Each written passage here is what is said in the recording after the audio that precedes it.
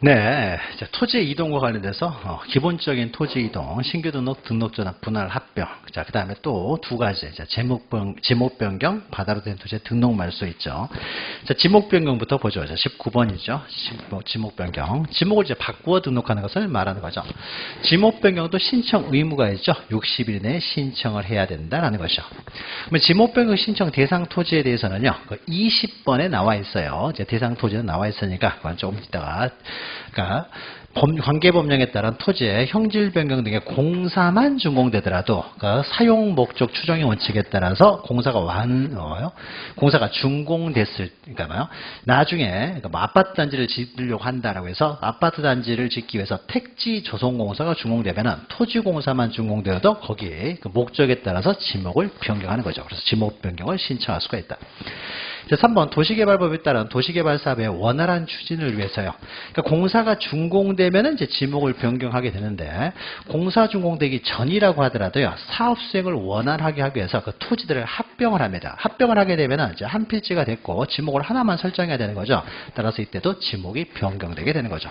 그러니까 이런 거죠. 그래서 우리가 용도나 토지의 용도가 변경됐다 그랬지. 토지의 용도는 그대로 두고 위에는 건축물의 용도가 바뀌어도 지목은 바뀌는 거죠. 그러니까 학교가 있어서 학교 용도였는데 학교가 폐교가 돼서 이 학교를 공장으로 이용을 해요.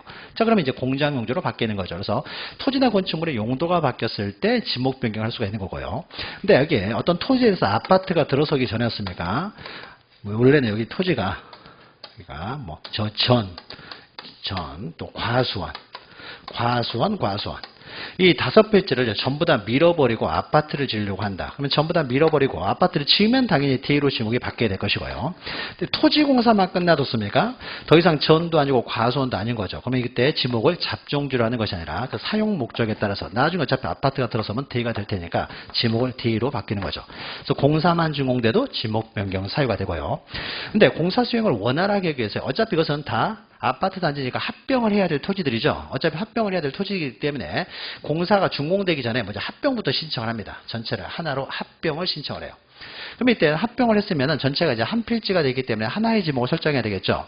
이때 지목을 뭐로 할 것이냐. 과수원 3개라고 해서 과수원으로 하는 게 아니겠죠. 좀 있으면 뭐가 돼요? 대의가 되는 거죠. 따라서 이것도 그냥 한꺼번에 대의로 지목을 바꿔버리는 거죠. 그래서 합병이 되는 경우에 합병 신청을 하는 경우도 지목 변경이 이루어지는 거죠. 그래서 지목 변경을 신청할 수가 있는 거죠. 자, 4번 지목 변경 신청에 따라 이제 첨부 서류예요. 자, 첨부 서류. 지목 변경은 어떻습니까?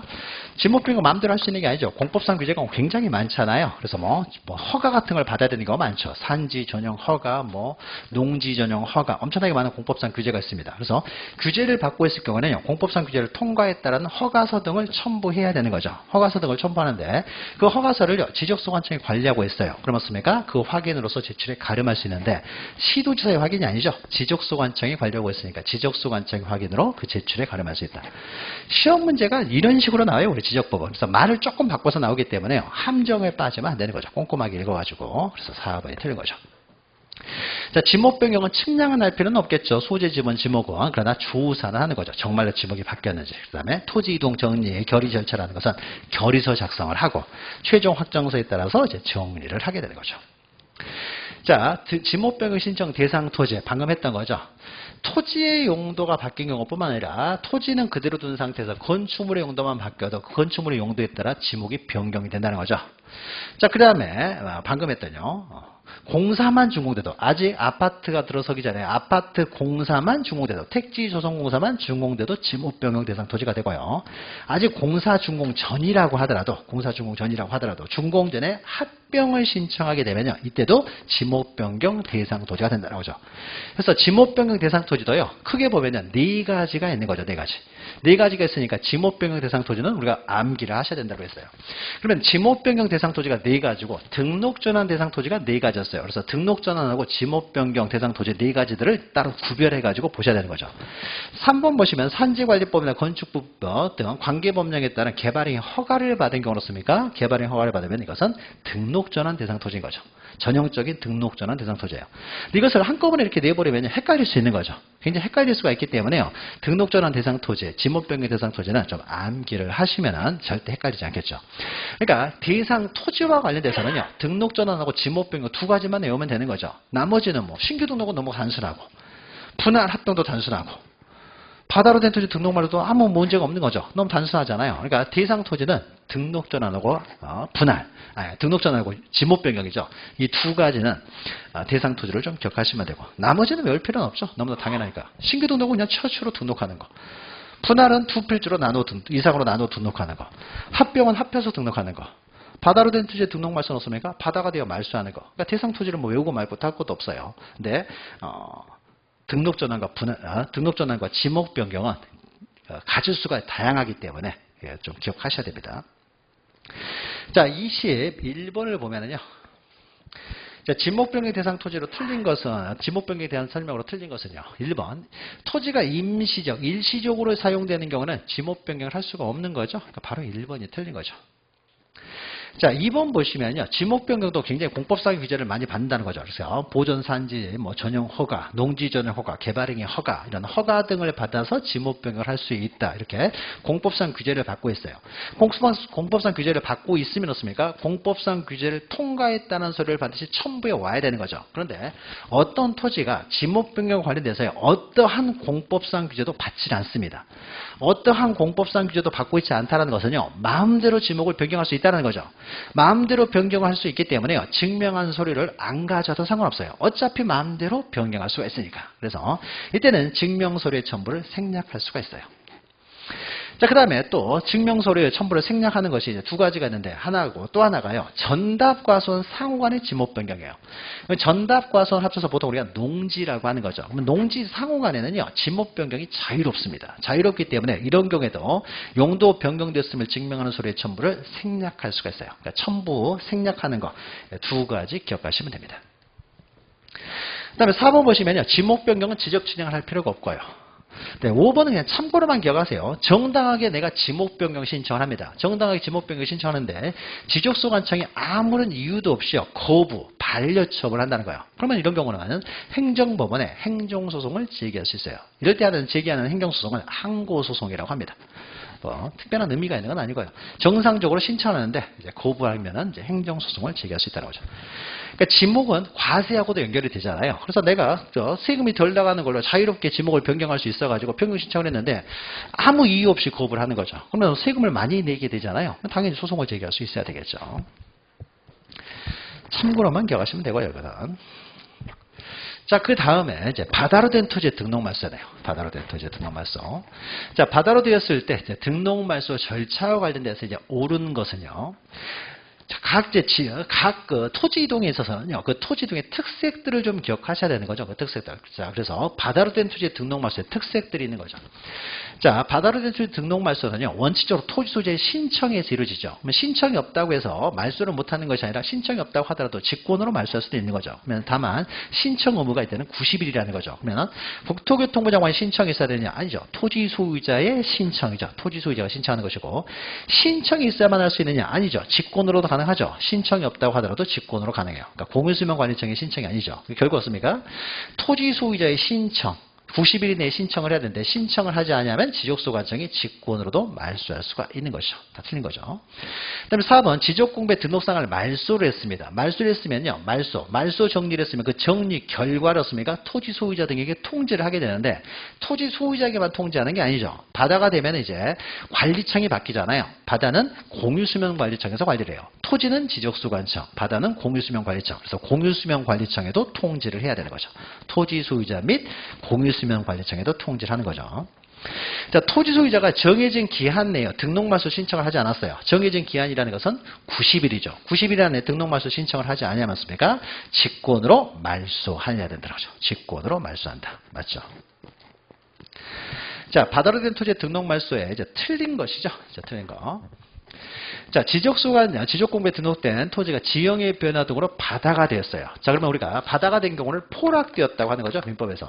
그럼 우리가 포락이라고 하기 위해서는요, 영구히 바다가 됐을 때 포락이 된 거예요. 그러니까 일시적으로 바닷물이 좀 올라왔다고 해서요, 우리가 포락됐다고 하지 않습니다.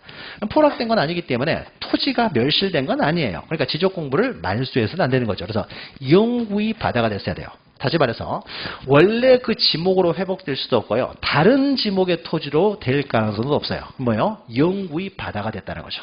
그랬을 때 이제 등록 말소를 하는 거죠.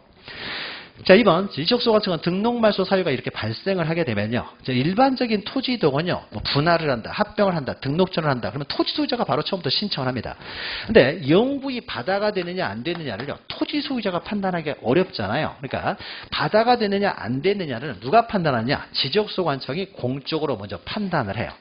판단을 한 다음에요, 등록말소 신청은 누가요? 토지 소유자가 하는 거죠. 그래서 지적소관청에 바다가 되었다라고 이제 인정이 되면은요, 토지 소유자에게 신청을 하도록 했습니까? 통지를 하는 거죠. 통지.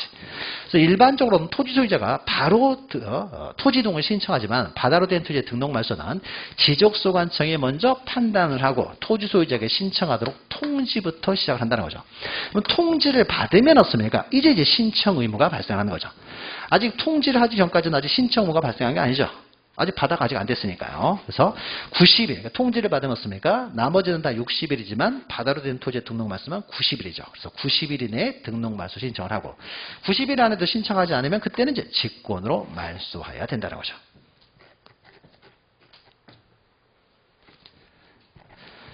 자, 4번은 자, 신청이 없어서요, 직권으로 말소를 합니다. 자, 그럼 일반적으로 우리가 신청할 때 수수료를 냅니다.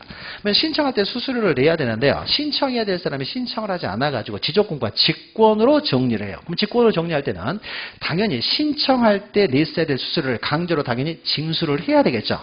당연히 징수해야 되지만 바다로 된 토지의 등록말소에서 있어서만큼은 포락돼가지고 토지 소유권 사라져가지고 그 소유자가 없습니까? 굉장히 기분도 안 좋은 사람한테요, 그 말소 신청하러 오는 사람한테 수수료까지 내라고 하는 것은 가혹하기 때문에 직권으로 등록말소할 때요, 수수료를 징수하지 않는다는 거죠. 그래서 직권으로 말소할 때는요, 수수료를 징수하지 않습니다. 그러니까 바다로 된 토지의 등록말소를 제외하고는요, 다 수수료를 강제로 징수를 하지만 바다로 된 토지의 등록말소는 수수료를 징수하지 않는다.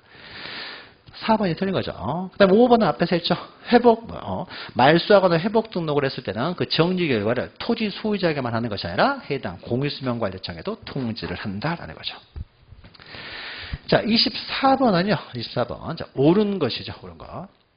자, 1번 보시면요, 토지가 일시적인 지형의 변화 등으로 바다가 됐어요. 자, 이렇게 일시적으로 바다가 됐을 때는 포락된 게 아니라는 거죠. 그러니까 이런 것은 등록말소 하는 게 아니죠. 그러니까 등록말소 대상이 아니니까 등록말소 신청하도록 통지해서도 안 되는 것이죠. 그래서 영구히 바다가 됐을 때만 우리는 등록말소 하는 것이지, 일시적으로 바다가 됐을 때는 등록말소 하지 않는다는 거죠. 그 다음에 영구히 바다가 돼서 등록말소 신청하도 통지를 받은 자는 60일이 아니죠. 90일 이내에 말소 신청을 하는 거죠. 60일 아니라 90일 이내에 신청을 해야 되고 90일 이내에 신청하지 않으면 직권으로 말소해야 된다. 그러니까 2번은 이제 60일이 아니라 90일이 되는 거죠. 자, 3번은요, 지적소관청에 직권으로 등록말소를 하는 경우에 시도의사 승인을 받아야 되느냐. 시도의사 승인사항은 지, 반, 족 딱 셋밖에 없다라고 했죠. 그 이외에 시도의사 승인 나오면 다 틀린 표현이 되는 거죠. 그러니까 시도의사 승인을 받을 필요도 없고요. 자, 바다로 된 토지의 등록말소를 할 때 씁니까? 토지 소유자의 의견을 청취할 필요도 없습니다. 그러니까 신청 안 하면요, 그냥 직권으로 말소하면 되지. 말소하는 과정에서 토지 소유자 의견 청취해야 되는 것도 아닙니다. 자, 4번은요, 말소된 토지가 지형의 변화 등으로 다시 토지가 되었어요. 다시 토지가 되었다. 이걸 뭐라고 합니까? 성토되었다고 하는 거죠. 성토되었다.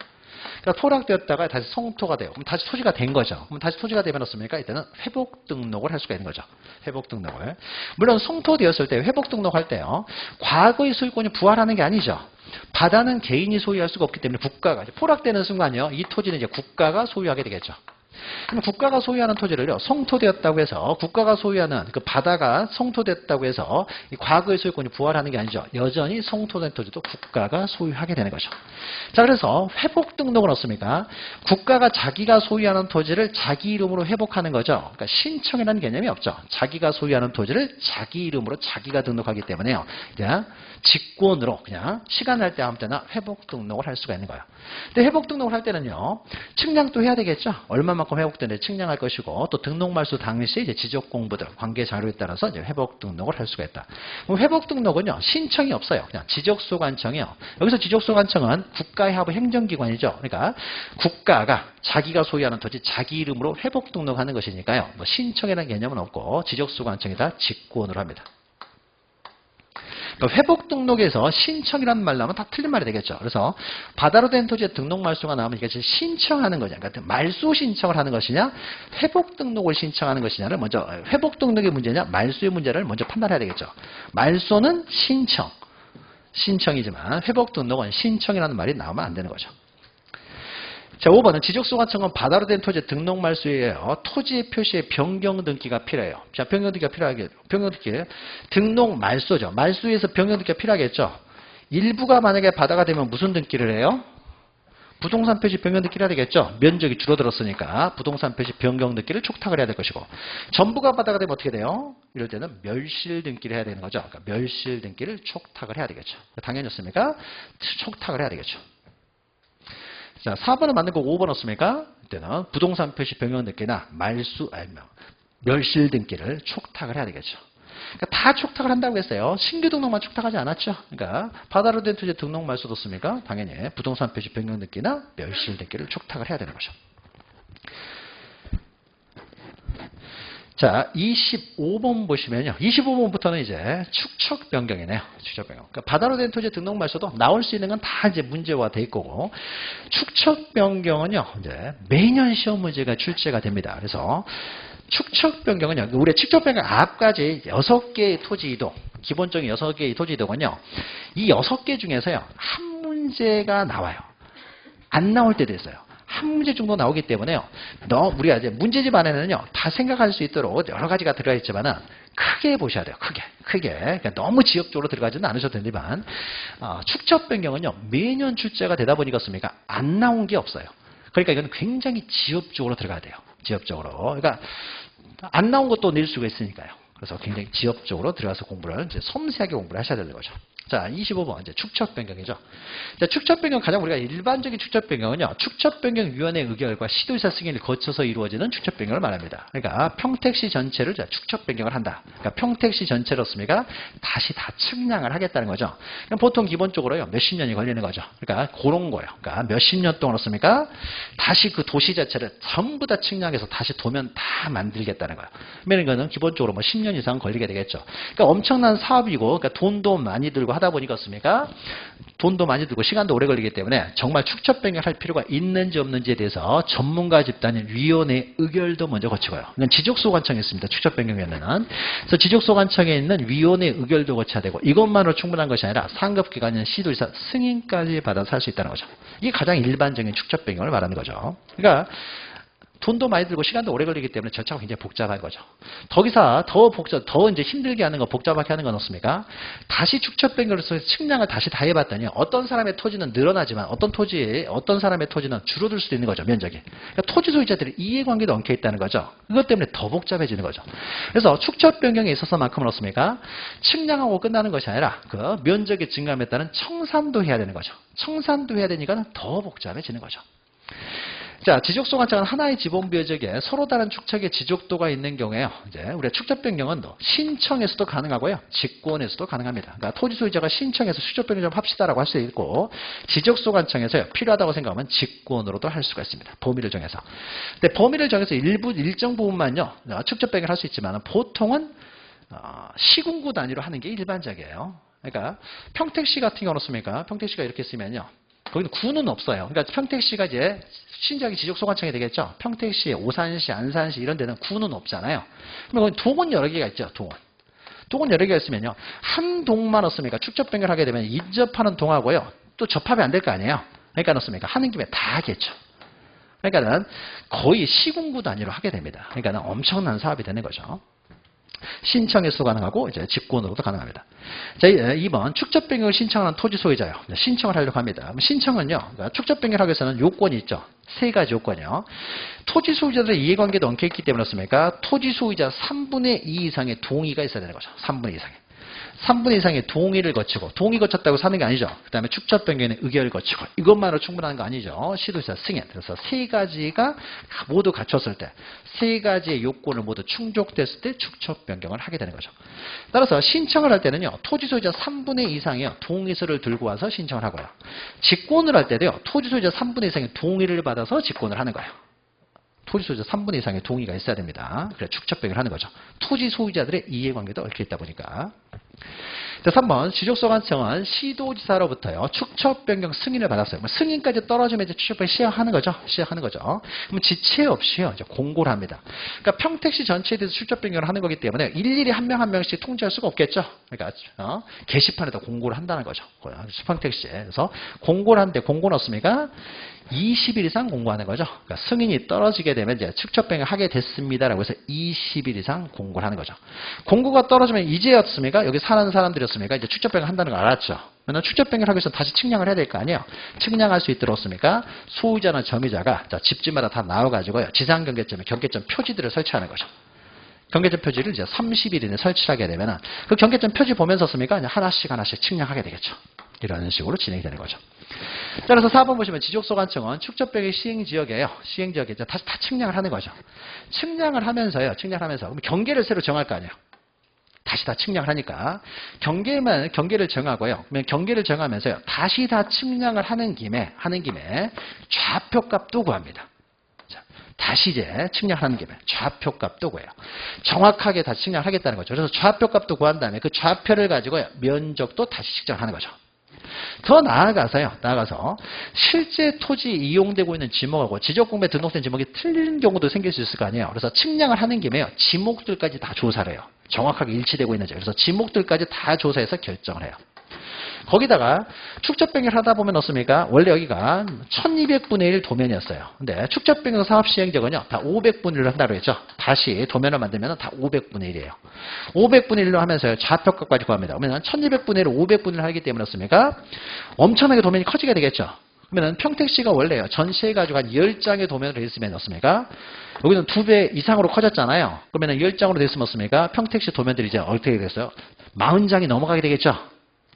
40장이 넘어갈 거 아니에요. 그러니까 가로로 2배 커지고 세로로 2배 커져버리기 때문에 실제로 4배가 커져요. 그러니까 도면도 훨씬 늘어나게 되는 거죠. 도면도. 그러니까 다 도면을 만드는 거예요.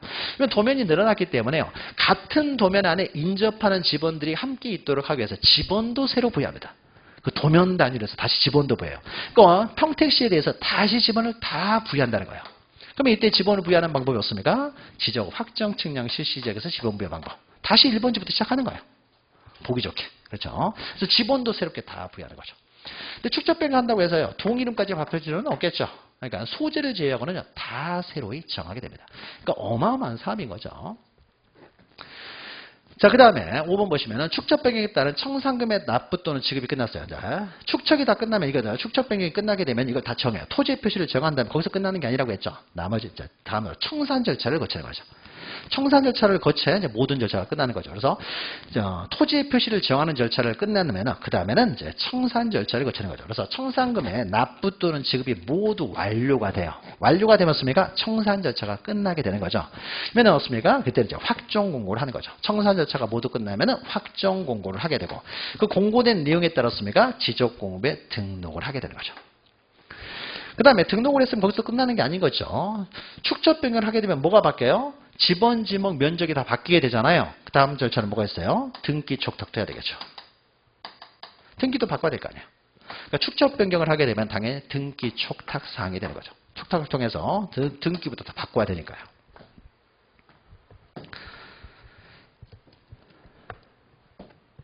(3번만) 틀린 거죠.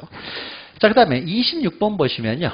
자, 시행 공고를요, 20일 이상, 그러니까 시도에서 승인이 떨어지면 20일 이상 공고를 하라고 했는데, 이게 작년인가 재작년인가 시험 문제 나오는데요. 그러니까 이렇게 지엽적으로 나와요. 굉장히 축척 변경은요, 굉장히 지엽적으로 나오죠. 시행 공고를 할 때요, 공고해야 될 사항으로 틀린 것이라고 했는데요. 이것은요, 작년이가 재작년이가 나왔으니까요. 또 나올 가능성은 별로 없어요. 그러니까 안 나온 게 나오지 나왔던 게 또 나오지는 않습니다. 그러니까 이것은 보지 마시고요. 그냥 우리 20일 이상 공고해야 된다 정도 기억하시고 작년이가 재작년이가 나왔기 때문에 이거 또 나올 수 있는 거 아닙니까? 이건 안 나와요. 그러니까 틀리라고 나오는 문제 일종이에요. 그러니까 한번 틀리라고 나오는 문제는요. 다시는 안 써먹어요. 안 써먹으니까 그러니까 매년 나오는 문제들이 있어요. 그런 거 중심으로 큰 흐름을 기초로 해가지고 기억하시면 되고 이것은 그냥 넘어가시기 바랍니다. 축척 변경 넣었으면 이제 사업자를 선정하겠죠. 선정을 어떻게 했는지, 그 사업자들 평가하는 방법. 선정을 하게 되면 몇 개 업체가 들어오겠죠. 엄청난 사업이잖아요. 그러니까 돈 이제 그 사업하는 사람들이 이제 컨소시엄 구성해서 들어올 거 아니야. 하나의 업체에서만 할 수도 없는 거잖아요. 그러니까 여러 업체가 있으면 컨소시엄 구성해가지고 들어올 거 아니야. 그럼 선정을 어떻게 했는지, 그 평가하는 방법. 이런 것까지 공부하지는 않는다라는 거죠. 자, 그래서 그냥 넘어가셔도 되고요. 그 다음에 이제 27번. 나머지는 좀 기억하셔야 돼요. 특히 날짜들 잘 기억하셔야 돼요. 여기서는 숫자들을 바꿔서 많이 나오기 때문에 날짜들 잘 기억하셔야 돼요. 자, 옳은 것은요. 자, 토지 소유자 3분의 2 이상의 동의를 받아야 된다는 거죠. 동의 받고, 그 다음에 그 다음 절차로 축적 변경인의 의결을 거치고, 그 다음에 시도지사 승인까지 떨어져야 이제 축적 변경을 시행할 수 있는 거죠. 그러니까 요건 하나의 축적 변경을 위한 요건이라고 보면 되고요. 또 밑에 있는 것도 있죠. 그래서 시도지사 승인이 떨어지면 어떻습니까? 20일 이상 공고를 하고요. 공고를 한 다음에 공고가 떨어지면은요, 이제 측량할 수 있도록 그 소유자, 점유자가 없습니까? 경계점 표지를 설치한다는 거죠. 측량할 수 있도록. 그것은 30일 이내죠. 그러니까 20일 이상 공고를 해야 되는데 공고된 때로부터 30일 이내였습니까? 30일 이내에 경계점 표지를 설치하라는 거죠. 그럼 이걸 보고 이제 측량에 들어가게 되겠죠. 날짜를 잘 기억하시고요. 또 28번도 날짜들이죠.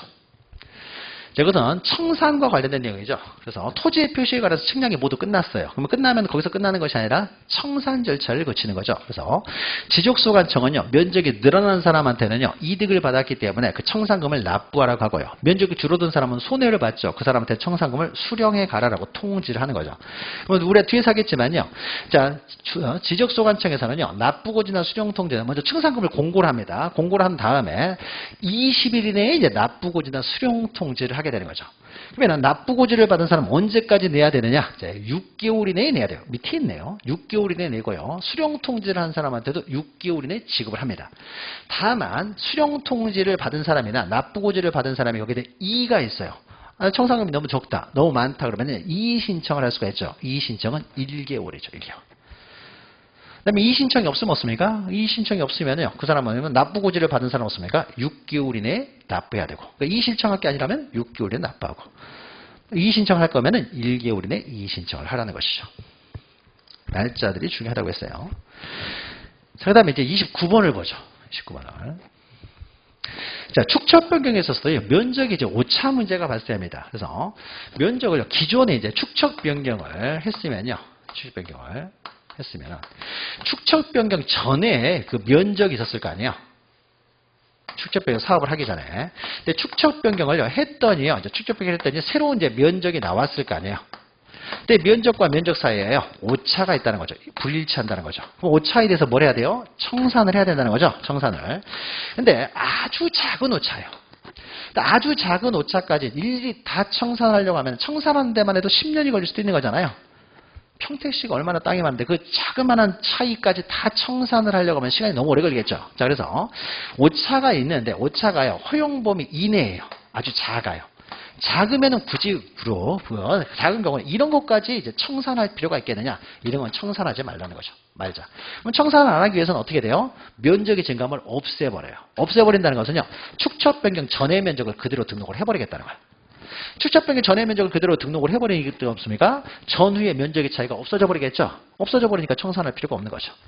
근데 만약에 오차가요. 허용 범위를 초과해요. 초과하면 어떻습니까? 이런 경우는 청산해야 되겠죠? 그건 당연히 청산을 해야 돼요. 그럼 청산을 해야 되고 이럴 때 어떻습니까? 축척 변경 후의 면적을 이제 결정을 하는 거죠. 그래서 후의 면적으로 결정을 하게 되면요. 전의 면적하고 증감이 생길까? 이건 증감이 생기잖아요. 면적의 증감이 생길 것이고 이거는 면적의 증감이 없습니까? 안 생기겠죠. 면적의 증감이 안 생기니까 청산할 필요가 없고 이거는 후의 면적으로 등록해서 면적의 증감에 대해서 청산을 하게 되는 거죠. 그래서 여기서도 이제 면적 오차 문제가 발생하는 거죠. 그래서 전후의 면적에 오차가 허용 범위 이내면은 전의 면적. 만약 오차 허용 범위가 초과하게 되면 후의 면적. 그러니까 후의 면적으로 등록하니까 이제 전 면적과의 면적의 증감이 생길 것이고 거기에 대해서 청산을 하는 거죠. 자, 그리고 2번 보시면은 지적소관청은 청산금을 산정할 때는 청산금을 산정했을 때는요. 이런 식으로 청산금을 산정했습니다라는 것을 15일 이상 공고를 하게 됩니다. 그리고 공고한 때로부터 20일 이내에 이제 납부고지 수령 통지를 한다고 했죠. 그래서 15일 이상 공고를 하는 거고요. 공고한 날로부터 아까 설명했죠. 공고를 하고 나섰습니까? 공고한 때로부터 20일 이내에 납부고지 수령 통지를 한다고 했죠. 30일이 아니죠. 20일 이내에 납부고지 수령 통지를 한다. 그러면 납부고지나 수령 통지를 받은 사람이 여기에 대해서 이의가 있을 경우는 1개월 이내에 이의 신청을 하는 거고 이의가 없으면 어떻습니까? 6개월 이내에 납부, 6개월 이내에 지급하는 것이죠. 날짜 3번이 이제 틀린 것이죠. 자, 4번은 이의 신청을 받은 사람은요. 이의 신청도 1개월 이내에 이제 이의 신청을 하는 거고, 그럼 이의 신청에 대해서 또 심의 의결을 해야 될 거 아니에요. 심의 의결도 1개월 이내요. 1개월 이내에 이제 심의 의결을 한다는 거죠. 20년 남으면 다 1개월이라고 생각하시면 됩니다. 그리고 5번도 우리가 앞에서 했던 거죠. 납부고지를 받은 사람도 6개월 이내, 수령통지를 한 사람에게도 6개월 이내 지급을 한다라는 거죠.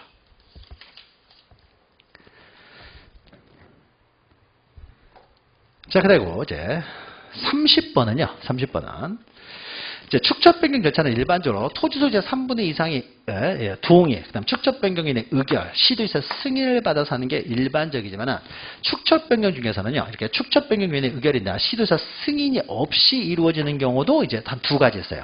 대표적인 것이 바로 합병하려는 토지에 대한 축적 변경이죠. 그러니까 합병을 하려고 하는데요. 두 토지예요. 두 토지를 합병이래요. 모양은 똑같이 생겼습니다. 이렇게. 근데 요거는요.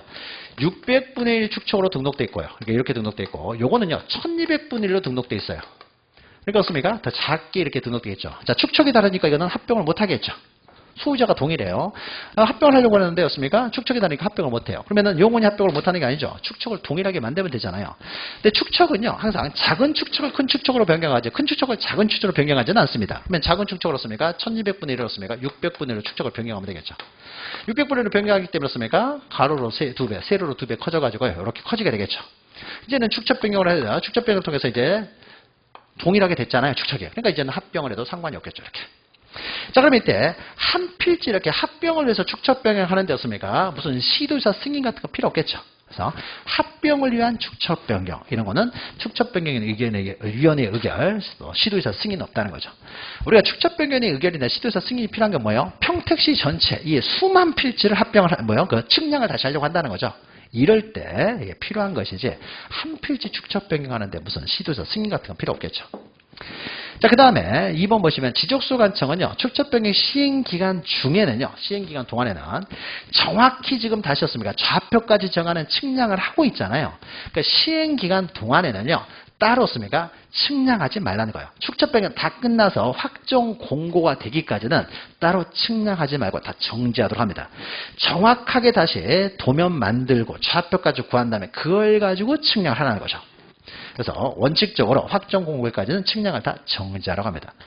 가로에 써져 있는 건 이거죠. 가로에 써져 있는 거는 이건데 만약에 우리가 아까 공고가 되면 어떻습니까? 축척 변경을 위한 측량을 위해서요. 집집마다 사는 사람들이 나와가지고 경계점 표지를 설치한다고 했죠. 나와가지고 경계점 표지를 설치해야 될 거 아니에요. 그럼 그걸 보고 쓰면 측량을 할 테니까. 근데 경계점 표지를 설치하는데 여기 토지 소유자는 갑이고요. 여기 토지 소유자는 을인데요. 경계점 표지를 이제 갑이라는 사람한테 설치하려고 했더니 을이라는 사람이 뭐라고 하느냐. 야, 너희 토지는 저기잖아. 저기다 설치하라고 하는 거죠. 아니야. 우리 토지 여기까지야. 그러니까 경계점 표지 설치하는 과정에서요. 여기까지가 네 땅이다. 아니야. 여기까지가 내 땅이야. 싸움이 생길 수가 있는 거죠. 그렇습니까? 정확한 경계가 어디였는지를 또 측량을 해봐야 되겠죠. 이 측량이요. 이게 경계복원 측량이죠. 기존의 도면을 가지고 하는 경계복원 측량. 이거는 해야 되겠죠.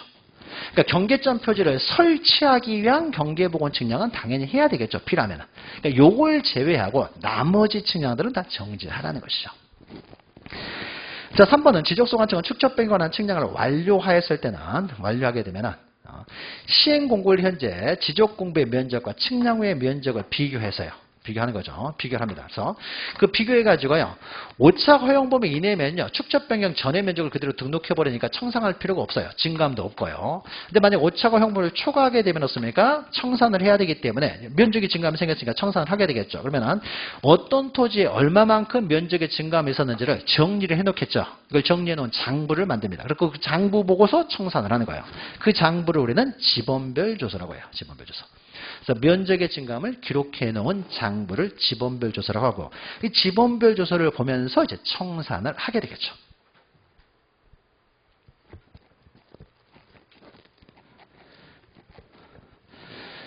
자, 그러면 이제 청산하는 과정인데요. 청산은. 자, 지적소관청은 시행공고일 현재를 기준으로 해서 축척 변경 시행지역의 토지에 대해서 지번별 제곱미터당 금액과 금액을 미리 조사해서 축척 변경에 제출하도록 한다는 거죠. 다시 말해서요, 이게 어떤 이 도면 하나를 축척 변경을 한다고 해보죠. 그러면 이제 아주 단순하게 시켜가지고요. 그럼 여기에 1제곱미터 면적하고 여기 1제곱미터 면적은 틀리겠죠, 가격이. 그러니까 각 필지마다 제곱미터 가격이 다 틀려요. 평당 가격이 다 틀릴 거 아니에요. 그래서 지적소관청이 미리 조사를 하라는 거죠. 여기는 제곱미터당 가격이 10만 원이다. 여기는 제곱미터당 가격이 20만 원이다. 이런 걸 미리 조사를 하는 거죠. 조사를 해야 우리가 청산금을 정할 수 있잖아요. 그러면은 제곱미터당 가격이 10만 원인 지역에서요. 2제곱미터가 늘어났어요. 그럼 어떻습니까? 청산금은 20만 원이 되겠죠. 자, 평당 제곱미터당 가격이 20만 원인 곳에서요. 2제곱미터가 줄어들었어요. 2제곱미터가. 그럼 어떻습니까? 여기는 청산금이 40만 원이 되겠죠. 이렇게 청산금을 계산을 하면요. 먼저 면적의 증감도 알아야 되겠지만 제곱미터당 가격도 알아야 되겠죠. 각 필지마다 제곱미터 가격이 다 틀리기 때문에. 그래서 청산금을 정하기 위해서는 두 가지가 필요하죠. 제곱미터당 가격. 그 다음에 씁니까? 증감이 필요한 거죠. 증감은 측량을 통해서 우리가 알고 있잖아요. 알고 있으니까 또 제곱미터당 가격을 미리 이제 조사해서 측정변경위원회에 제출하라는 거죠. 그래서 만약에 여기는 2제곱미터가 만약에 늘어났다. 그러면 이 사람은 어떻습니까? 20만 원을 납부하게 할 것이고 여기 이 지역에서 2제곱미터가 줄어든 사람한테는요. 40만 원을 지급을 하겠죠. 미리 조사하여 축적변경위원회에 제공을 하면은 그럼 축적변경위원회에서 면적의 증감 곱하기 제곱미터당 가격해서 청산금을 결정을 하게 되겠죠. 자, 5번 지적소관청은 축적변경에 관한 측량을 한 결과 측량 전에 비하여 면적이 증감이 있는 경우에는요. 청산을 해야 된다는 거죠. 청산을. 근데 청산을 해야 되는데 또 면적이 증감이 있다고 해서 항상 또 청산을 해야 되는 건 아니에요. 청산 자체가 굉장히 복잡하죠. 자, 모든 토지가요. 오차가 허용 범위 이내라면 애초에 이건 청산할 필요가 없을 것이고요. 근데 면적의 증감이 오차의 범위를 초과를 합니다. 초과하게 되면 그 증감이 돼서 청산을 해야 되는데 이 토지 소유자, 축적변경 시행지역의 토지 소유자 전원이에요. 전원이. 우리는 그냥 복불복으로 가겠다. 늘어난 사람은 운 좋고 줄어든 사람은 그냥 손해보고 이렇게 그냥 청산하지 않고 그대로 가겠다라고 전원이 합의서를 제출해요. 그러면 사적자치 원칙 적용해도 상관이 없겠죠. 이런 경우에. 일단 포기하겠다라고 하는 거죠. 그러니까 그래서 전원이 만약에 청산하지 않기로 하는 합의서를 제출하면요. 이럴 때는 또 청산할 필요가 없어요. 그러면 3분의 2 이상만으로는 안 되는 거죠. 전원이 청산하지 않기로 해야 돼요. 그러니까 한 명이 엄청나게 많은 토지가 줄어들어 버릴 수도 있잖아요. 그럼 그 사람을 위해서 청산을 해야 되기 때문에 전원이 청산하지 않기로 하는 합의서를 제출하면 그럴 때는 또 예외적으로 청산을 하지 않습니다. 원칙은 청산을 해야 되지만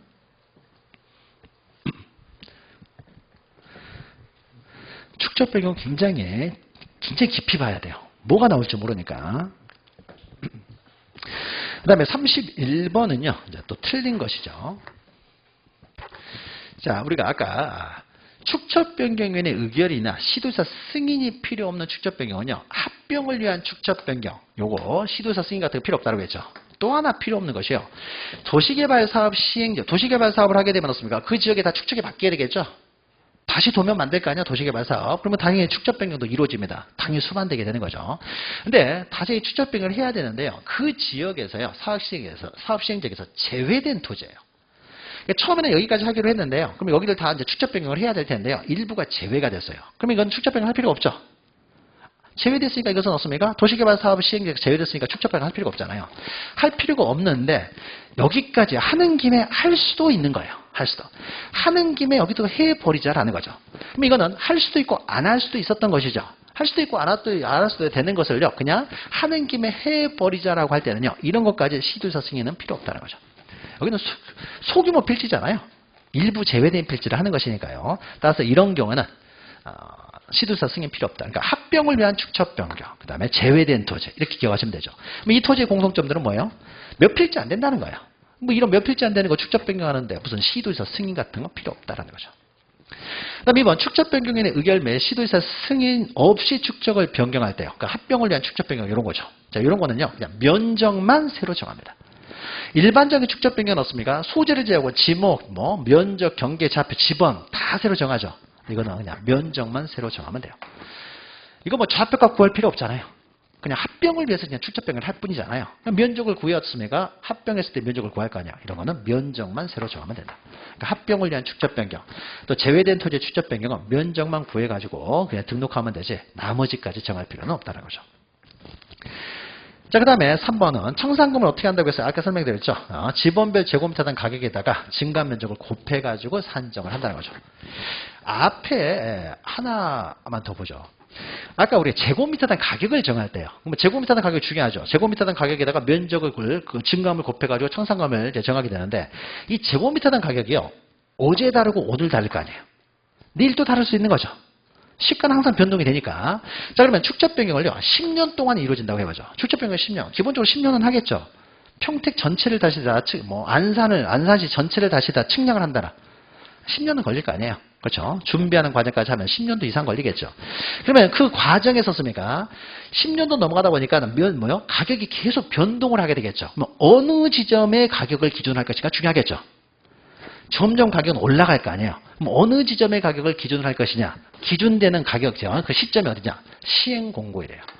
그러니까 축적 변경을 하다 보면 이때 시행 공고가 떨어지면 이제부터 시작을 한다는 거잖아요. 그럼 이건 정해진 날짜죠. 그러니까 이때냐 가격이 다 틀려져 버릴 거 아니에요. 근데 시행을 하다 보면요. 요 기간 이런 건 다 틀려질 수 있는 거죠. 처음에는 5년 개월 했다가 10년이 돼버릴 수도 있는 거잖아요. 그러니까 이런 것들이 가격이 고무줄이 돼서는 안 되기 때문에 그때마다 다 달라지기 때문에 변하지 않는 날짜로 정해야 되겠죠. 변하지 않는 날짜. 시행 공고일이 되겠죠. 우리가 토지가 수용이 될 때도 마찬가지죠. 토지가 수용이 될 때도 씁니까? 수용이 되면 어습니까? 수용이 되는 과정에 한참 시간이 오래 걸리잖아요. 일정한 절차를 거쳐서 수용이 이루어지죠. 엄청난 복잡한 절차를 거쳐서 이루어지잖아요. 그러면 이때 계속 어습니까? 지가가 변동이 생기잖아요. 그럼 우리가 수용 보상금은 시가로 보상을 받을 때였습니까? 기준점이 있어야 되겠죠. 뭐 언제를 기준할 것이냐. 수용이 됐다고 딱 하면 어습니까? 그때부터 가격이 오를 거 아니에요. 그러니까 그 오른 가격으로 보상해줘는 안 되는 거죠. 그러니까 그 공고를 한 때, 그때를 기준으로 해서 공고시, 그때의 가격을 기준으로 보상을 하는 거죠, 보통. 그러니까 변하지 않는 날짜.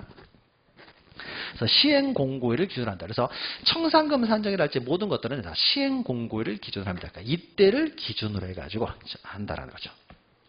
참고를 좀 기억하시고요. 그 다음에 이제 다음 문제 4번이죠. 4번 연결해서 보시면.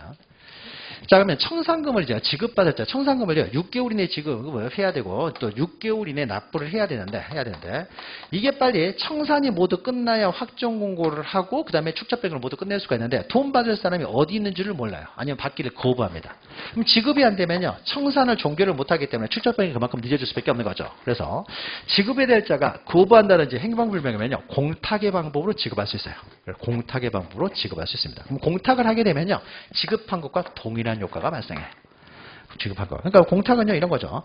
여기 사업 시행자가 뭐 A다라고 하면은요 A라는 사람이 이 사람한테 청산금 얼마 줘야 되냐? 뭐 1,000만 원을 줘야 된다라고 해보죠. 1,000만 원. 1,000만 원을 줘야 된다 그러는데 이 사람이요 난 더 받아야 된다 이렇게 못하겠다라고 하면 어떻습니까? 이거 공탁을 해버려요. 공탁은 어디다 하냐면요. 법원에 공탁을 해요.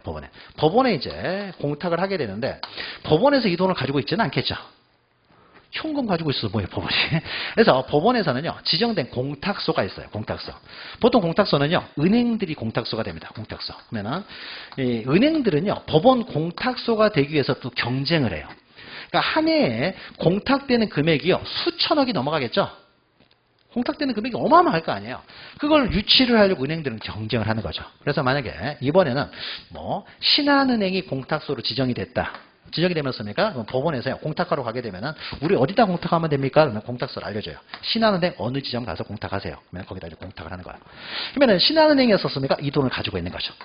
그러면은, A라는 사람이, 만약에 이 사람이 갑이라고 하게 되면, 갑은요, 언제든지 와가지고 가져갈 수가 있어요. 자기 신원만 하게 되면은. 그러니까 언제든지 가져갈 수 있도록. 그게 공탁이에요. 그러니까, 이 사람이 언제든지 가져갈 수 있도록요, 딱 맡겨놓는다는 거죠. 이게 공탁인 거죠. 그러니까 이것은 지급한 것과 동일한 효과가 발생합니다. 그러면은 만약 이 사람이 1,000만 원에 대해서요 가져가는데 1년 있다 가져가요. 1년 있다 가져가면 은행으로부터 1,000만 원만 받을까요? 1,000만 원 된 이자까지 받을까요? 한 이자까지 받아야 되죠. 원래 이 사람이었습니까? 그 1년 전에 받았어야 될 돈이잖아요. 그러면 그 1,000만 원의 이자는 누가 가져야 돼요? 갑이 가져야 되는 거죠. 은행에 앉아서 쓰면 부당이득을 받으면 안 되죠. 은행은 부당이득을 받아서는 안 되기 때문에 당연히 이자까지 줘야 되는 거죠. 이자까지. 근데 이자가 없습니까? 높지는 않죠. 은행이었습니까? 우리가 빌릴 때는 높게 받지 않았습니까? 우리가 은행에 받을 돈에 대해서 이자는 굉장히 낮죠. 굉장히 낮죠. 그래서 그러니까 은행은 어떻습니까? 그 돈을 가지고 자기들이었습니까? 이자 조금만 주면 되는 거니까 자기들이 운용할 수 있잖아요. 이 돈을. 그래서 이 1,000만 원을 가지고 왔습니까? 이 사람 언제 가져줘? 이걸 막 빌려주면 어떻습니까? 이 사람들은 5%로 돈을 받는 거죠. 내가 나중에 가져갈 때는 2% 정도만 해서 가져가잖아요. 그러니까 3%를 먹는 거죠, 얘들이. 그러니까 은행은 어떻습니까? 공탁소가 되겠죠. 이게 몇 천억, 몇 조가 될 수도 있으니까 공탁소가 되려고 노력하는 거죠. 경쟁하고 공탁할 수 있습니다. 자, 그 다음에 이제 5번 보시면요. 등기 촉탁해야 된다는 거죠. 그래서 지체 없이 등기할 필요가 있는 건 등기 촉탁한다. 그래서 축척 변경을 하면은, 우리 축척은 등기부에는 축척이 기록이 되는 건 아닙니다. 그래서 축척 변경하면, 등기부에는 축척이 기록이 안 되니까 등기 촉탁을 할 필요가 없는 거 아니냐 하지만요. 축척 변경을 하게 되면 뭐가 바뀐다고요? 지번, 지목, 면적이 다 바뀐다는 거예요. 그러니까 어떻습니까? 당연히 등기 촉탁을 하게 됩니다. 4번이 틀린 거죠. 자, 그 다음에 이제 32번은요. 32번은. 이거 뭐 간단한 게 이제 기억하시면 돼요. 그냥 간단하게. 자, 만약에 청산 절차가 다 끝났어요. 그러면 청산을 할 때 청산금을 지급 또는 지급을 한다든지 아니면 납부하게 하는데요. 돈이 남을 수도 있잖아요. 돈이 남을 수도 있어요. 초과에 돈이 남을 수도 있고 아니면 돈이 부족할 수도 있어요. 부족하면 어떻게 되냐? 지자체에 귀속됩니다. 지자체. 그래서 지방자치단체에도 귀속되기 때문에 남은 돈은요. 지방자치단체 수입을 하고요. 부족하면 지방자치단체가 부담을 합니다. 그래서 그냥 지자체에 귀속된다라고만 기억하시면 되는 거죠. 하나 뭐 구별해서 할 필요도 없이 그냥 지자체에 귀속된다. 남으면 지방자치단체 수입, 부족하면 지방자치단체가 부담을 한다는 거죠. 자, 33번은요, 이제 축적 변경이 있었을 때 토지 이동이 있는 시기예요. 자, 우리가 토지의 이동은요, 지적 등록주의, 지적 형식주의에 따라서요, 등록되어야 효력이 발생하는 게 원칙이죠. 등록이 돼야. 그래서 우리가 앞에서 신규 등록도 씁니까? 등록되어야 토지의 표시 효력이 발생을 해요. 등록되어야 신규 등록 효력이 발생한다는 거죠. 등록되어야 비로소 씁니까? 공시가 되기 때문이죠.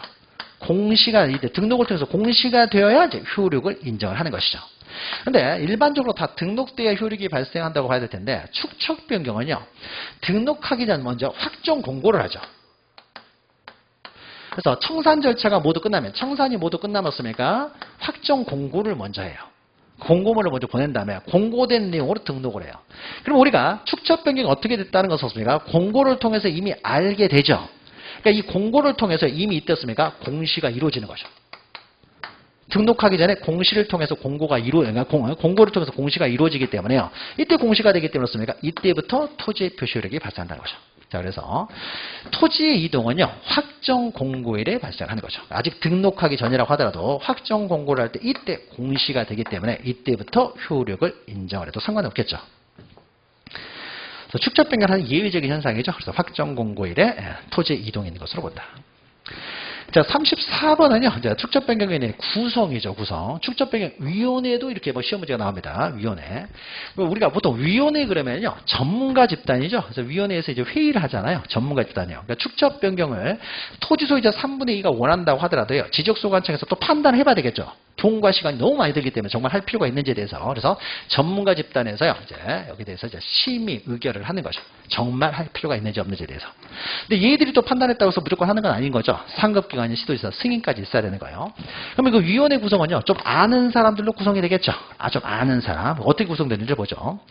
자, 위원은 해당 축적 변경 시행 지역의 토지 소유자로서요, 그 지역 사정에 정통한 사람이나 또 지적에 관한 전문 지식을 가지고 있는 사람, 좀 아는 사람들, 이 사람들을요, 지적소관청에 둔다고 했잖아요. 그래서 지적소관청에서 위촉을 합니다. 위촉을. 축적 변경 위원회 위원은요, 5인 이상 10인 이하로 구성을 해요.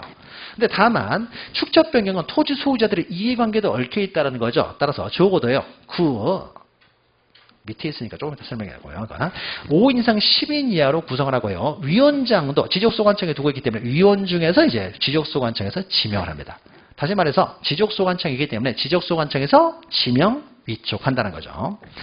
다만 이때 아까 사무장이 했을 때 축적 변경은 토지 소유자들 이해관계도 엉켰기 때문에 토지 소유자들을 참여시켜야 돼요. 토지 소유자를. 어느 정도 참여시키면 되느냐에 있어서요. 2분의 1 이상만 참여되면 돼요. 2분의 1 이상. 3분의 2가 아니라 2분의 1 이상은 토지 소유자로 하라는 거죠.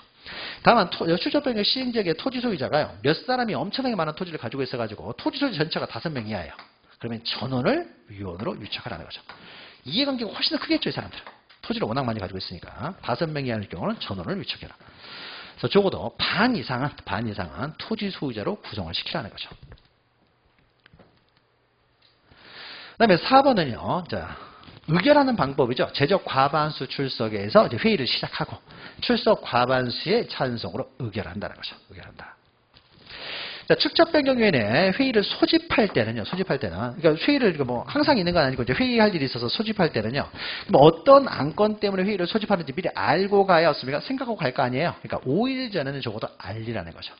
5일 전에는 각 위원에게 서면으로 통지하라는 거죠. 그래야 뭘 알고 와야 뭐 의결을 하든지 말든지 하겠죠. 아무것도 모르는 거면 아무것도 할 수가 없으니까요. 그래서 미리 알 수 있도록 5일 전에. 이런 숫자들은 기억하셔야 돼요. 숫자들. 5일. 7일 해버리면 틀린 거예요. 5일 전에는 그래도 통지를 하라는 거죠. 자, 그리고 이제 35번 보시면요. 축척변경위원회 이제 심의 의결사항이죠. 그러니까 축척변경 관련된 모든 사항에 대해서는 축척변경위원회에서 심의 의결합니다. 근데 축척변경 관련된 모든 사항은 축척변경위원회에서 심의를 의결하지만요. 축척변경 관련돼서 유일하게 딱 하나는 시도지사가 하죠. 승인. 할 것이냐 말 것이냐. 할 것이냐 말 것이냐 승인은 시도지사가 판단하고요. 시도지사가 승인을 하고. 그러면 시도지사 승인이 떨어지게 되면 축척변경이 시행이 되겠죠. 이제. 그럼 그 다음부터 이루어지는 모든 것들은 다 축척변경위원회에서 심의결한다. 기억하시면 되겠죠. 할 것이냐 말 것이냐의 승인 여부는 시도지사의 권한이고 그 이외의 사항들은 다 축척변경위원회의 권한이에요. 그러니까 축척변경위원회에 심의결사가 따로 열 필요는 없겠죠. 다 승인만 빼고는 다. 승인만 빼고는 다. 자, 36번부터는요. 등록상 정정에 관한 내용이네요. 등록상 정정. 정정까지만 좀 하고 한 5분만 쉬었다고 뒤에 그래서 우리가 측량은 못하더라도요. 측량은 못하더라도 지적 정리 그 사장까지는 해야 등기법이 조금 등기법은요 좀 너무 복잡하기 때문에 좀 여유를 가지고 조금이라도요. 그렇다고 해서 등기법이 또 여유가 생기는 것도 아닌데 우리 그 사장까지는 먼저 끝내도록 하죠. 자, 등록상 정정입니다. 자, 정정도요. 축척변경은 매년 나오고요. 그 다음으로 많이 나오는 것이 정정이에요. 등록상 정정. 등록상 정정도 잘 우리가 기억하셔야 되죠. 그래서 만약에 자, 지적공부에 등록이 돼 있어요. 등록이 돼 있는데 지적공부에 소유자 표시도 토지의 표시가 기록이 되고요. 토지 표시. 그다음에 소유자 표시도 기록이 되겠죠. 표시도 기록이 돼 있는데 여기에 오류가 있다는 거죠. 오류. 그러니까 토지의 표시 오류일 수도 있고 소유자 표시 오류일 수도 있는 거죠. 오류에 대해서 어떻습니까? 정정을 해야 되겠죠. 여기에 오류가 있어요. 오류. 오류가 있으면 어떻습니까? 정정을 해야 되겠죠. 그럼 정정하는 방법은요. 토지의 표시 정정하는 방법하고 소유자 표시 정정하는 방법이 좀 다르기 때문에요. 먼저 토지의 표시 정정하는 방법이죠. 자, 토지의 표시 정정하는 방법에 있어서는 자, 토지의 표시도요. 원칙적으로 신청해서만 정정하지 직권으로 정정을 못합니다. 등록상 직권으로 정정 못한다고 했죠. 좀 그림을 다르게 그려볼까요? 오류가 발생해서 토지의 표시에 대해서. 근데 오류가 발생했으면요. 원칙적으로 어떻습니까? 토지소유의 신청에서만 정정해야 되는 게 원칙이에요. 신청 정정. 신청해서 해야 되지 직권으로 정정을 못하는 게 원칙입니다.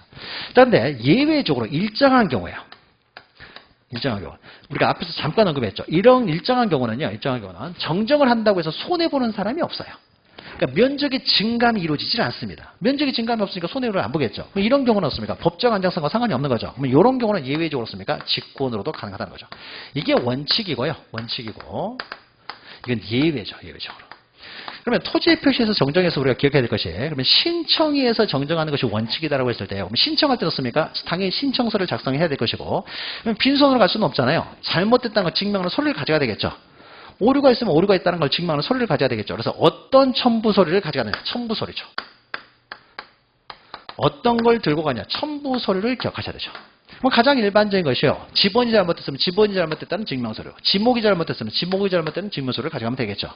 근데 면적 경계가 잘못됐어요. 면적 경계 변경을 가져오는 정정 같은 경우는요. 면적 경계가 잘못됐다는 증명서류는 뭐가 있겠어요? 측량성과도죠. 그러니까 측량성과도를 가져갑니다. 이게 이제 특징이죠. 그래서 측량성과도를 가져가는 유일한 경우가요. 요 경우라고 했죠. 등록상 정정, 측량성과도를 가져갑니다. 근데 측량성과도를 가져가는데요. 또 하나 이제 가져가는 경우가 있는 것이 우리가 이제 면적 경계 정정하는 경우가 두 가지가 있다고 했죠. 경계 정정에. 만약에 어떤 토지가 이렇게 있고 여기 과수원이고 그러니까 주거용 건축물 및 대가 있는데요. 대의 위치가요. 여기가 아니라요. 원래는 여기인데 오른쪽은 좀 오른쪽으로 와 있어요. 그러니까 원래대로 씁니까? 경계를 정정을 하려고 하는 거예요. 자, 이때면 그 모양 그대로 정정을 하는 거죠. 그러면 면적의 증감이 있어요, 없어요? 면적의 증감 없죠. 그 모양 그대로 오른쪽으로 하는 거, 왼쪽으로 하는 거니까. 그러면 면적의 증감 없이 경계의 위치를 정정하는 거죠. 면적의 증감이 없으니까 손해보는 사람은 없죠. 그러면 이럴 때 어떻습니까? 경계가 원래 여기가 아니라 여기였다는 측량성과도만 가져가면 되는 것이죠. 자, 그런데 이런 경우는 좀 다른 거죠. 경계 정정인데 이거는 갑이 소유하고 을이 소유한 토지가 이렇게 등록이 되는데 경계가 원래 여기가 아니라 여기라는 거예요. 갑이라는 사람이 이렇게 정정을 이제 신청을 합니다. 그러면 이때는요, 경계가 달라져 버리면 어떻습니까? 을의 면적이 줄어들게 되죠. 갑의 면적은 늘어나고 이만큼. 을의 면적은 이만큼 줄어들게 되죠. 손해보는 사람이 생기잖아요. 그럼 이때 손해보는 사람이 생기니까 어떻습니까? 이럴 때는 여기가 경계가 아니라 원래 경계는 여기라는 측량성과도만 가져서는 안 되고요. 손해보는 을에요. 승낙서도 가져와야 되는 거죠. 승낙서. 그래서 여기 인접 토지의 경계를 정정하는 경우에는 손해보는 사람의 승낙서도 가져오라는 것이죠. 그러면은 우리가 면적의 증감이 없이요. 이렇게 경계, 면적의 증감 없는 경계에 정정을 넣습니까?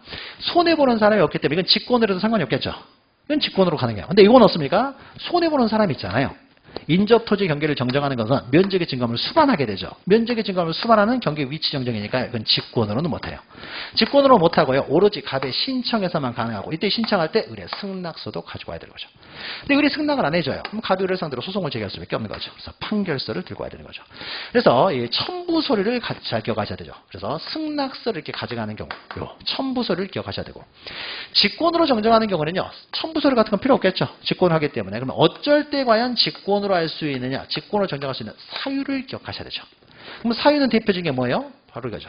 면적의 증감 없이 경계 위치를 정정하는 경우. 손해보는 사람이 없어요. 면적의 증감이 없으니까. 이런 건 직권으로 할 수 있다.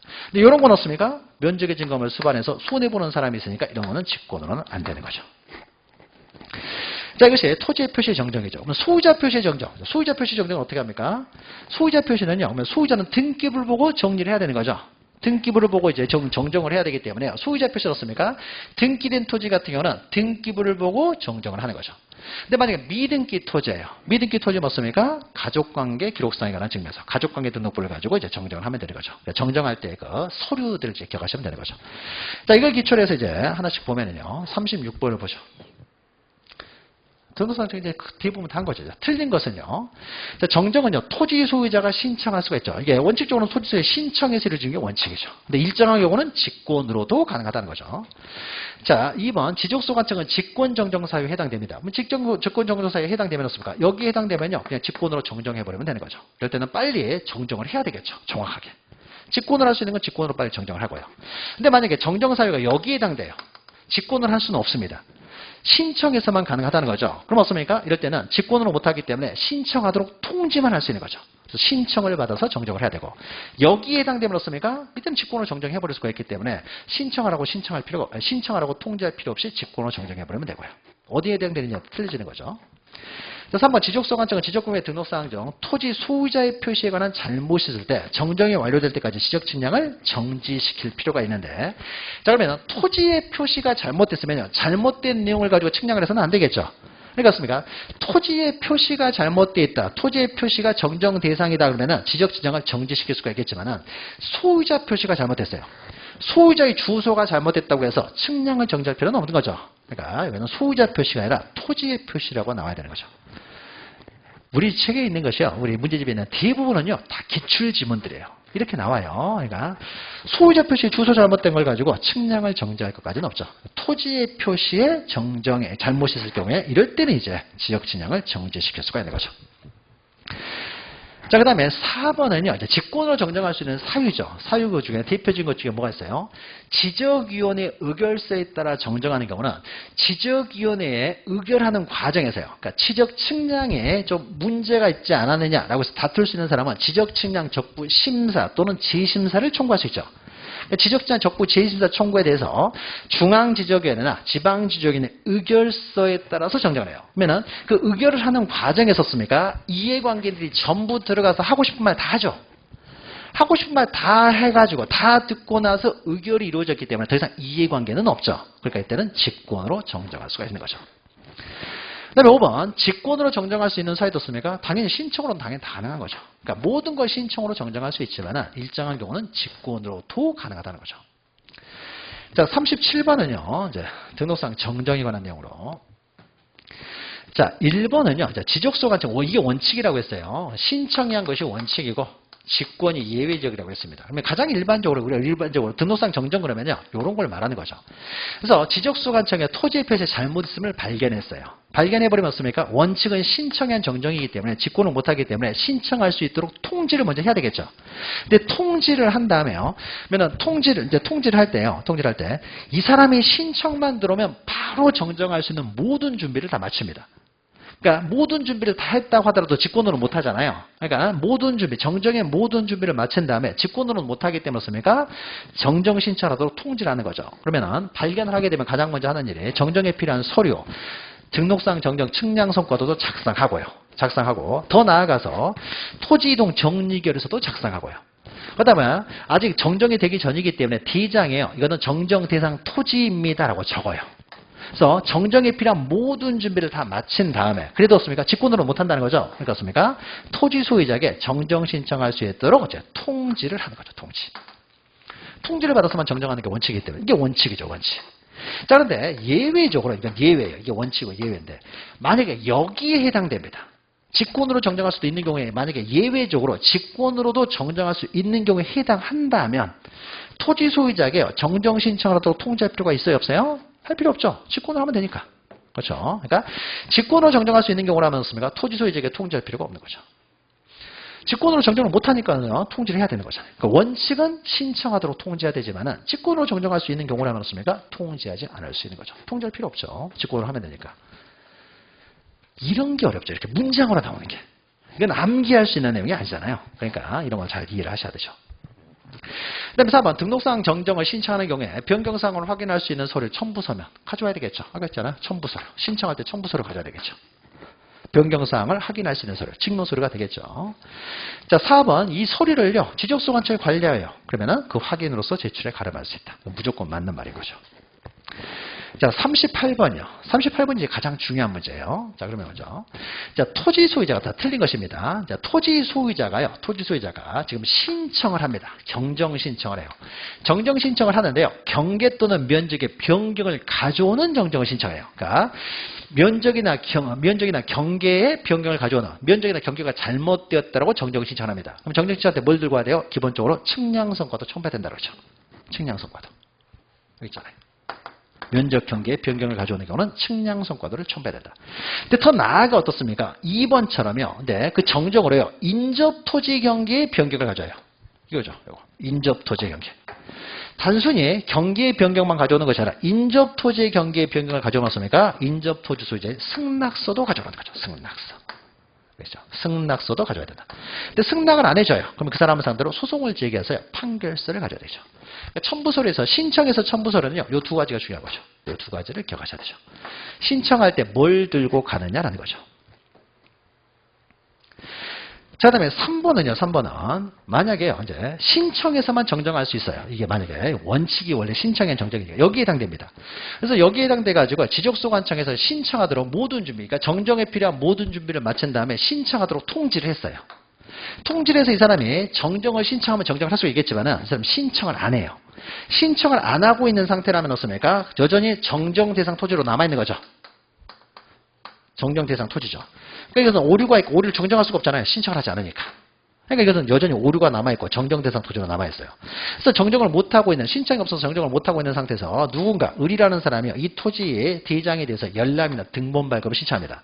그럼 여기 나와 있는 내용을 믿어버리면 안 되겠죠. 잘못된 내용이니까. 그러니까 이 사람한테 경고를 해야 되겠죠. 이건 잘못된 내용이다. 즉 정정 대상 토지다라는 걸 경고를 해줘야 되잖아요. 근데 이게 써져 있어요. 대장에. 써져 있지만요. 깨알같이 써져 있잖아요. 요새 공문서들 보면은 발급받는 거 보면 왜 그렇게 글씨가 작은지 안 보여요. 아주 젊은 사람들이나 보는 거지. 안 그러면은 그래서 요새는 돋보기를 이렇게 두는 경우들이 있더라고요. 옆에. 그래서 돋보기 쓰고 보라고 이렇게 하는데 너무 작아가지고 이렇게 잘 안 보이게 깨알같이 써져 있죠. 적어져 있으니까 깨알같이 못 읽어버릴 수가 있잖아요. 그러니까 어떻습니까? 이 적은 부분을요. 열람이나 등본 발급을 할 때는요. 이 사람이 쉽게 눈에 띌 수 있도록요. 이것을 흑백의 반전, 명함을 집어넣듯이. 아니면 붉은색으로 표시해서 제공하라는 거죠. 그래야 이 사람이 알 거 아니에요. 그래서 열람하거나 등본 발급을 할 때는요. 등록상 정정 대상 토지라고 적어있는 부분은 없습니까? 흑백의 반전 또는 붉은색으로 기재하라 이거죠. 기재하라. 그러면 어떻습니까? 이 토지를 살려겠다는 사람이 등록상 정대상 대상 토지 내가지고 안 살 거 아니에요. 팔고 싶으면 어떻습니까? 정정이 돼야 팔릴 거 아니에요. 이런 식으로 간접적으로 압력을 가할 수밖에 없는 거죠. 간접적으로. 팔고 싶으면 정정하라는 거죠. 정정 안 된 상태에서는 사는 사람이 없을 테니까요. 자, 그 다음에 4번 보시면 등기된 토지의 지적공부의 등록상 정정 내용이 토지의 표시에 관한 사항인 경우에요. 자, 등기필증, 등기완료 통지서, 등기서류죠. 자, 등기서류에서 정정하는 건 뭘 정정할 때 등기서류에 정정해요? 소유자 표시죠. 등기된 토지의 표시가 아니라 소유자 표시를 정정할 때였습니까? 아니, 소유자 표시를 정정할 때 등기서류에서 정정하는 거죠. 그래서 소유자 표시의 정정은 어떻습니까? 등기된 부동산 같은 경우는요. 등기부를 보고 정정을 하고요. 근데 미등기 상태예요. 미등기 상태는 어떻습니까? 일단은 가족관계 등록부에서 정정을 하는 거죠.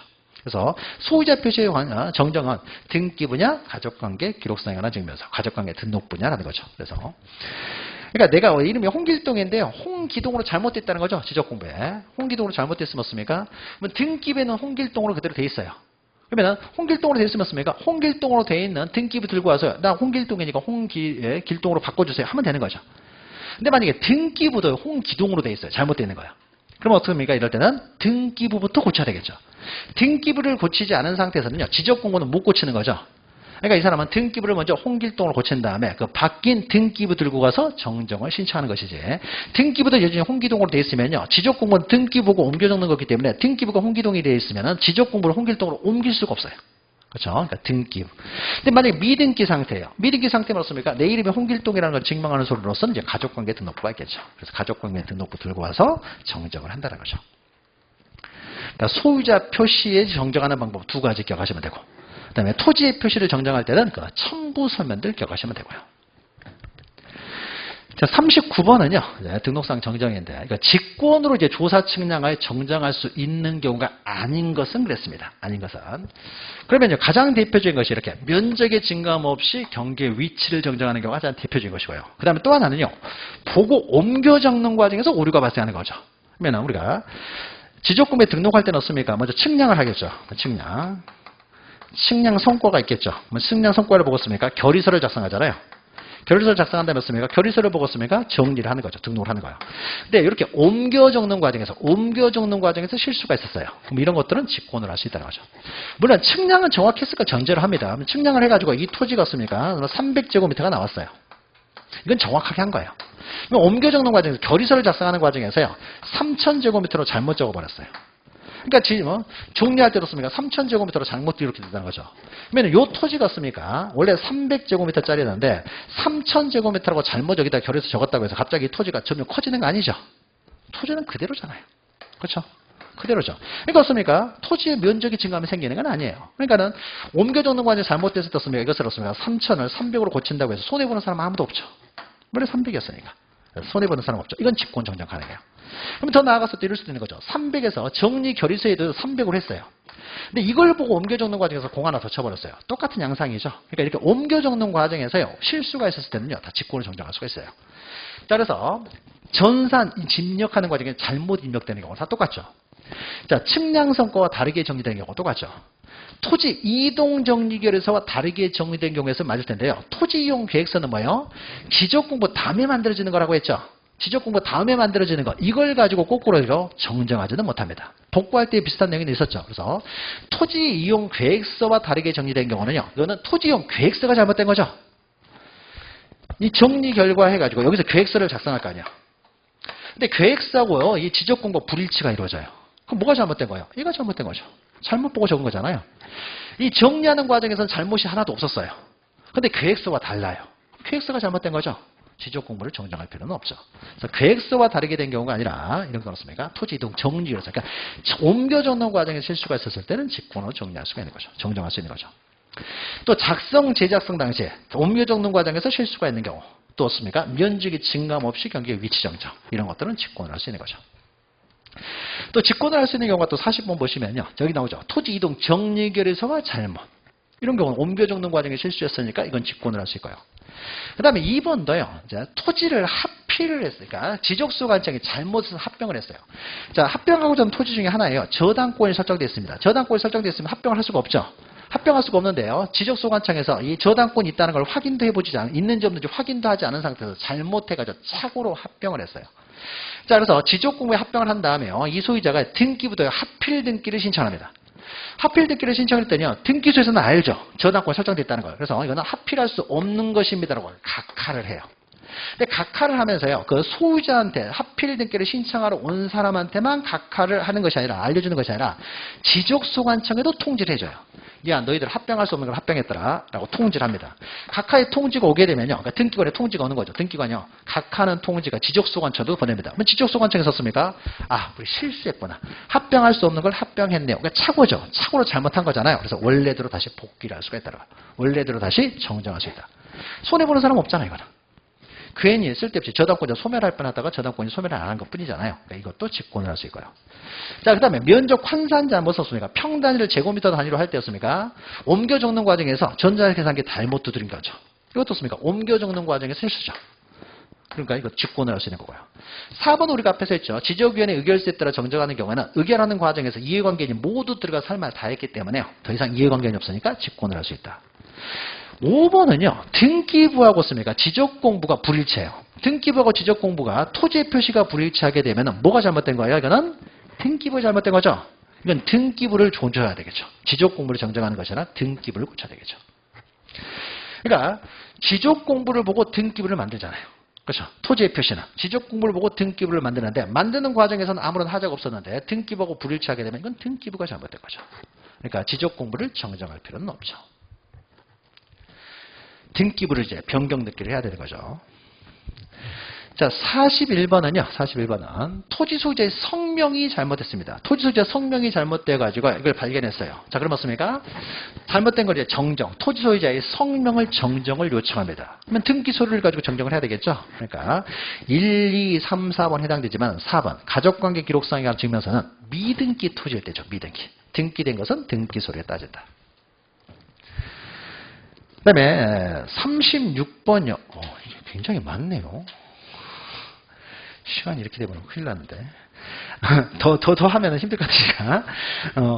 5분만 쉬었다가, 조금만 뒷부분 이제 몇 거 안 되니까 간단하기 때문에 5분만 쉬었다가 계속 하다 보면 너무 지쳐야 되는 것 같으니까. 자, 5분만 쉬었다가 37번부터요. 나머지, 만 문제 아니니까, 어려운 거 아니니까 좀 보도록 하죠. 5분만 쉬었다 보도록 하죠.